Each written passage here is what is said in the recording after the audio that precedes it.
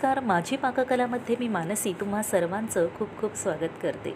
तर मंडळी, होळीचा सण जवळ आला की सगळ्यांना वेध लागतात ते पुरणपोळीचे. होळी आणि पुरणपोळी हे एक समीकरणच बनलं आहे. तर आज आपण बनवतोय होळी स्पेशल मस्त अशी पुरणपोळी. तर त्यासाठी इथे मी 2 वाट्या चण्याची डाळ घेतलेली आहे. तुम्ही कोणत्याही वाटीने किंवा पेल्याने मोजून घेऊ शकता. ती आता 3 वेळा स्वच्छ पाण्याने धुवून घ्यायची आहे आणि कमीत कमी 4 ते 5 तास किंवा रात्रभर ही डाळ आपल्याला भिजवून घ्यायची आहे. तर मी इथे 5 तास भिजवून घेतलेली आहे. माझ्याकडे वेळ थोडा कमी होता म्हणून 5 तास भिजवून घेतले. आता तुम्ही बघू शकता अगदी नखाने सुद्धा सहज त्याचे 2 तुकडे होत आहेत, म्हणजेच डाळ आपली छान भिजली गेली. आता इथे डाळीच्या वर पाणी येईल इतपत पाणी घालून घेते मी यामध्ये. त्याचबरोबर अर्धा चमचा मीठ आणि अर्धा चमचा हळद घालते इथे मी. मिक्स करून घेऊया. आता हा डबा जाईल कुकरमध्ये. तर कुकरच्या मी इथे 5 शिट्ट्या काढणार आहे. डाळ भिजवून घेतल्यामुळे 5 शिट्ट्यांमध्ये आपली डाळ अगदी व्यवस्थित शिजली जाणार आहे. कुकरच्या 5 शिट्ट्या करून घेतल्यात मी. कुकर थंड झाला आहे. आता डबा काढून घेऊयात. तर तुम्ही बघू शकता मस्त अशी डाळ आपली शिजली गेले. 2 बोटाच्या चिमटीतही ती अगदी दबली जाते, मॅश होते. याचाच अर्थ आपली डाळ छान शिजली गेली. आता ही आपल्याला वाटून घ्यायची आहे. तर इथे आता मी कोणत्याही पुरणयंत्राचा किंवा पुरण गाळणीचा वापर करणार नाही आहे. तर इथे मी वापरते आपली रोजची पिठाची चाळण. तर इथे आता एक पातेलं घ्यायचं आहे खाली, ज्यामध्ये ही चाळण फिट बसेल असं एखादं भांडं कोणतंही आपल्याला खाली ठेवायचं आहे आणि त्यावर ही चाळण ठेवायची आहे. आता जी आपली चहाची गाळणी असते त्याने ही डाळ आपल्याला गाळून घ्यायची आहे. तर जास्तीचं जे पाणी आहे ते त्या डब्यात पडतं आहे आणि जी डाळ आहे ती आपल्याला चाळणीवर काढून घ्यायची आहे. आणि पावभाजीच्या मॅशरने किंवा वाटीने, पेल्याने आपल्याला ही डाळ चांगली रगडून काढायची आहे. आणि तुम्ही बघू शकता किती पटकन डाळ आपली इथे वाटली जाते. फक्त एक लक्षात ठेवायचं आहे, डाळ आपली गरम असणं खूप गरजेचं आहे. कुकर थंड झाल्या डबा काढून घ्यायचा आहे आणि ही प्रोसिजर करायला सुरुवात करायची आहे. तर डाळ गरम असल्यामुळे ही डाळ आपली पटकन वाटली जाते. याने आपला भरपूर इथे वेळ वाचला जातो, खूप वेळ सेव्ह होतो आपला इथे टाईम. तर तुम्ही बघू शकता पटकन अशी डाळ आपली इथे मॅश होते, वाटली जाते. तुम्हाला मी दाखवते सुद्धा इथे किती मस्त मेणासारखी आपली डाळ इथे वाटली गेली आहे ते. तर हे बघा, आणि अगदी छान अशी ही प्रोसिजर आहे, पटकन होते. अगदी आपली कारणं बाजूला राहतात. आमच्याकडे पुरणयंत्र नाही आहे किंवा पुरणाची गाळणी नाही आहे म्हणून मी पुरणपोळ्या करू शकले नाही. तर आता हे एक्सक्युजेस कोणीही देऊ शकणार नाही आहे. तर इथे आता माझी सगळी डाळ वाटून झाले. हे जे पाणी उरलं आहे त्याची कटाची आमटी बनवायची असते. तर हे शेवटचा जो गाळ आहे ते रवाळ टेक्स्चर आहे, त्यामुळे ते आपण घ्यायचं नाही आहे. ते आपल्या या आमटीच्या मिश्रणामध्ये टाकायचं आहे. आता सगळी डाळ मी काढून घेतले पॅनमध्ये. ज्या वाटीने डाळ मोजून घेतली त्याच वाटीने मी 2 वाट्या गूळ इथे मोजून घेतला आहे. मी ॲक्च्युली गूळ थोडासा इथे जास्त घेतला आहे 2 वाट्यांपेक्षा. तुम्ही तुमच्या गोडाच्या आवडीनुसार कमी जास्त इथे गुळाचं प्रमाण करू शकता. पण मला स्वतःला पर्सनली मला पुरणपोळी ही थोडी गोडच मला खूप आवडते आणि तुम्हीसुद्धा एकदा ती ट्राय करून बघा. खरंच खूप छान खमंग लागते ती. तर आता हे जे पुरण आहे म्हणजे जो गूळ आहे तो आपल्याला लो टू मीडियम गॅसवरच मेल्ट करून घ्यायचा आहे. गॅस जराही इथे फास्ट करायचा नाही आहे. तर इथे आता तुम्ही बघू शकताय आपला गूळ इथे हळूहळू मेल्ट व्हायला लागला आहे, वितळायला लागला आहे. जसजसा गूळ वितळायला लागेल तसं आपलं हे मिश्रण पातळ होत जाणार आहे.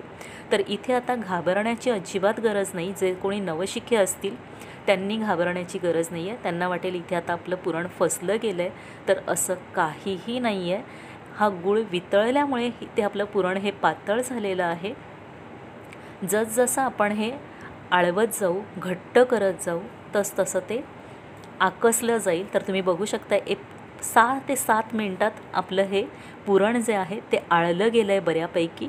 आता पुरण तयार झालेलं आहे की नाही हे कसं चेक करायचं? तर मध्ये जो डाव आहे तो आपला उभा करायचा. डाव पडतोय याचाच अर्थ आपलं पुरण अजून तयार नाही आहे. तर पुन्हा हे मिक्स करून घ्यायचं आहे. इथे सतत हलवत राहणं मात्र गरजेचं आहे.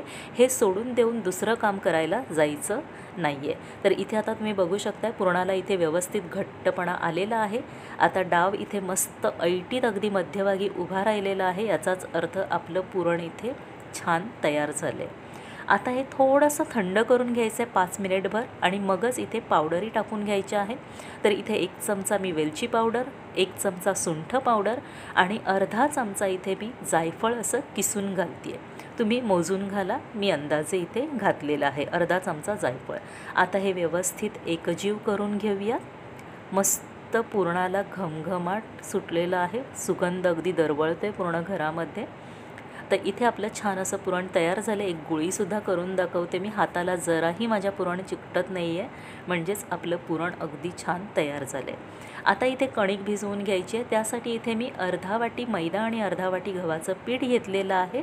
त्यामध्ये अर्धा चमचा मीठ घालायचं आहे आणि आता थोडं थोडं पाणी घालून आपल्याला हे पीठ भिजवून घ्यायचं आहे.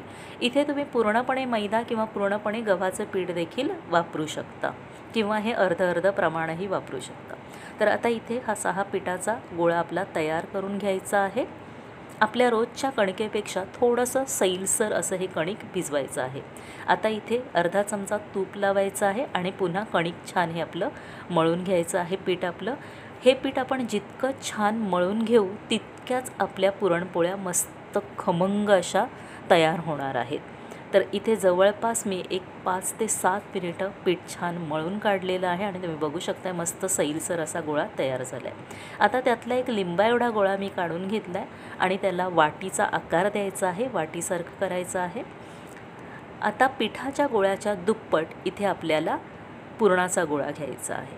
तर इथे तुम्ही बघू शकता आणि असा तो मध्यभागी ठेवून दुसऱ्या हाताने आपण अंगठ्याने पीठ वर सरकवत जाऊन दुसऱ्या हाताने पुरण खाली दाबत जायचं आहे आणि त्याचं तोंड हळूहळू बंद करत आणायचं आहे.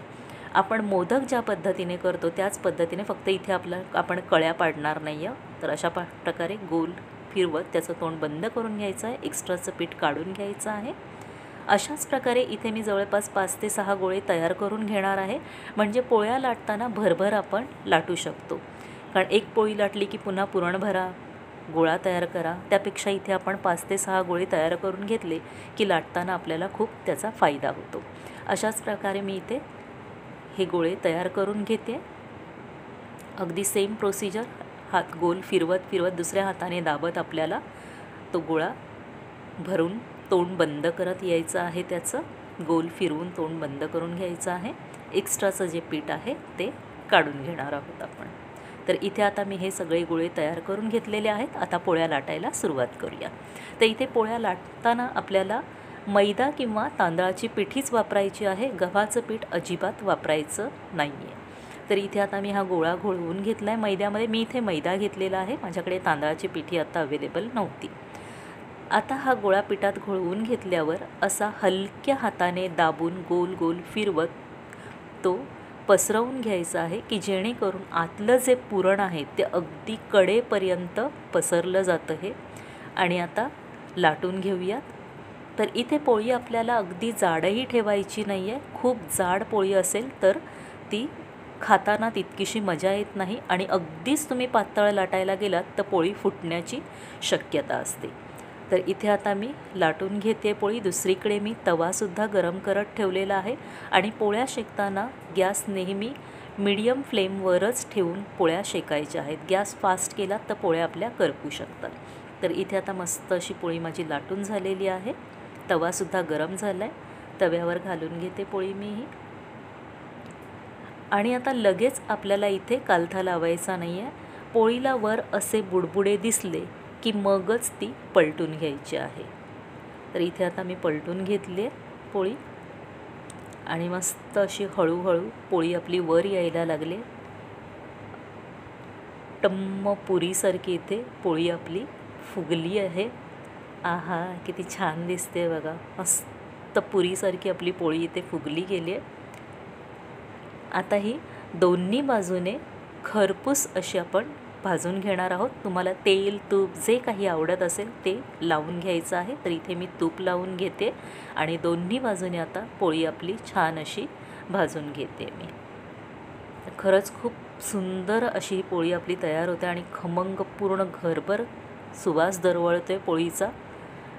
आणि आता ही मी दोन्ही बाजूने छान खमंग भाजून घेते. कडा पण आपल्याला उलातण्याने अशा दाबून शेकून घ्यायच्या आहेत, कारण बऱ्याचदा कडा आपल्या कच्च्या राहतात. तर त्या मात्र आवर्जून अशा दाबून घ्यायच्या आहेत आणि भाजून घ्यायची आहे. तर मस्त अशी माझी इथे खमंग पोळी भाजून झालेली आहे. मुलगी माझी शेजारीच उभी आहे, वाट पाहते कधी तिच्या ताटात पोळी पडणार आहे याची. तर इथे माझी ही पोळी तयार झालेली आहे. एका डिशमध्ये काढून घेते पोळी मीही. आणि आता अशाच प्रकारे दुसरी पोळी देखील मी करून घेते. तर आधीच्या पोळीप्रमाणेच अशी ही दाबून थोडीशी स्प्रेड करून घ्यायची आहे आणि ही पोळी देखील मी तशीच लाटून घेते. तर व्हिडिओ बघत असाल माझा तर प्लीज फक्त बघून पुढे जाऊ नका. तर माझ्या चॅनलला सबस्क्राईब देखील आवर्जून करा, जास्त आवडेल मला ते. तर इथे आता दुसरी पोळीसुद्धा माझी ऑलमोस्ट लाटून झालेली आहे. तर इथे आता दुसरी पोळी देखील मी लाटून घेते आणि तव्यावर मस्त मगासारखी खरपूस अशी भाजून घ्यायची आहे पोळी आपल्याला. आणि या होळीला तुम्ही ही माझी रेसिपी नक्की करून पहा, तुम्हाला आवडेल याची मला खात्री आहे. आणि पुरणाचा आणखीन एक व्हिडिओ मी लवकरच पोस्ट करणार आहे. होळीच्या आधीच एक अजून सोपी पद्धत पुरण करण्याची मी तुम्हाला दाखवणार आहे. तर लवकरच व्हिडिओ पोस्ट करेन त्याचाही. तर इथे आता पुन्हा दुसरी पोळीसुद्धा मी टाकून घेतले. वर बुडबुडे दिसत आहेत. आता मी पलटून घेते पोळी आणि अगदी पहिल्या पोळीसारखीच ही पोळीसुद्धा खमंग आपल्याला भाजून घ्यायची आहे. आणि इथे अगदी लॉटरी लागल्यासारखी माझी दुसरी पोळीसुद्धा मस्त अशी टमटमीत फुगलेली आहे. इथे प्रत्येक वेळेला पोळी फुगलीच पाहिजे असं काही नाही आहे. नाही फुगली कधी तरी काहीच हरकत नाही आहे. तर इथे आता दोन्ही बाजूला पुन्हा मी तूप लावून घेते आणि मस्त खमंग अशी पोळी इथे भाजून घेते. तर अशा प्रकारे इथे माझ्या आता ह्या सगळ्या पोळ्या भाजून मस्त तयार झालेल्या आहेत. आता ही काढून घेते मी. आता सर्व करूयात आपण. आणि मस्त गरमागरम पोळी आणि त्यावर तुपाची धार, आहा अगदी पर्वणीच. तर या होळीला नक्की ही रेसिपी करून पहा. आणि व्हिडिओ आवडला असेल तर व्हिडिओला लाईक शेअर करायला मात्र विसरू नका. पुन्हा भेटू अशाच नवीन एका रेसिपीसोबत. तोपर्यंत टाटा, बाय बाय.